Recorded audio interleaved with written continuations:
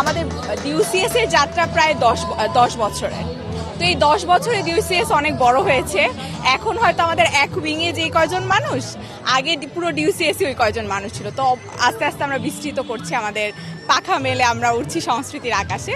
গ্রামীণ সংস্কৃতি এখানে ফুটিয়ে তোলা হয়েছে।